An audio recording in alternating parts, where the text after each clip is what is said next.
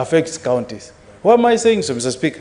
Even if you go back to borrowing, we all know, Mr. Speaker, that our national debt is always the first charge when we come to sharing our revenue. The debt must be removed first. Whatever remains is what we share. So if we allow our government to borrow, you know, in a manner that is not properly managed, it means we will not have enough money to share to our counties. And these things we say here, Mr. Speaker, at times we say them jokingly, but they come back to bite us. Just on Thursday, if you recall, on this floor, I did mention that our governors should take issues of health facilities seriously. I said it on Thursday. Mr. Speaker, yesterday, my 3 MCAs who were traveling from NYAMIRA to attend a meeting in Nairobi got involved in a road accident just before my Mayu, Mr. Speaker. And one of the MCAs, our majority leader, waited for over 1 hour to get help. And the ambulance that was called took more than 2 hours, Mr. Speaker. More than 2 hours. We lost him. We lost him, Mr. Speaker. Listen to this. When they were taken to level 4 hospital in Naivasha, Mr. Speaker, Naivasha County Referral Hospital, level 4, has got no CT scan. There is no MRI machine in that hospital. It took us to look for ambulances from AAR Nairobi to go all the way to Naivasha to bring those MCAs to Aga Khan Hospital. So, Mr. Speaker, anytime we discuss issues that affect money that will be available to counties, we should always proceed with caution, Mr. Speaker. That's why I always say, Mr. Speaker, any legislation that we are passing today, warn yourself that these consequences could be at your doorstep tomorrow. You never know.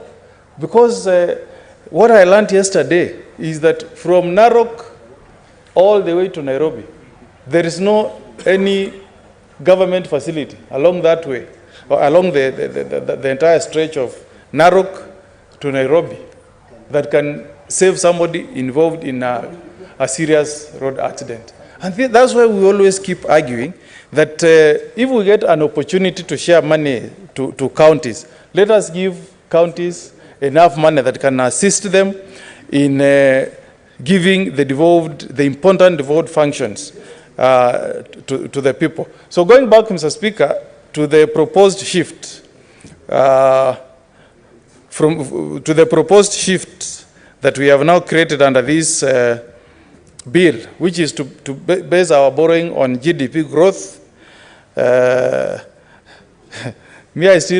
I still maintain that we are moving too fast. We are copying the West. We are picking best practices from the West. Yet our economy, when you are talking about our economy, you know, let's not pick abstract theories from the West and impose it on us before we do careful examination.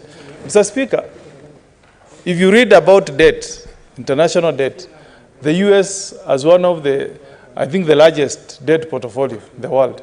But look at the economy. The economy of California alone is more than the economy of the African continent.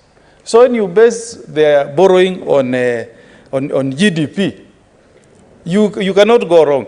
But now look at, you know, a country like Kenya. If we are not careful,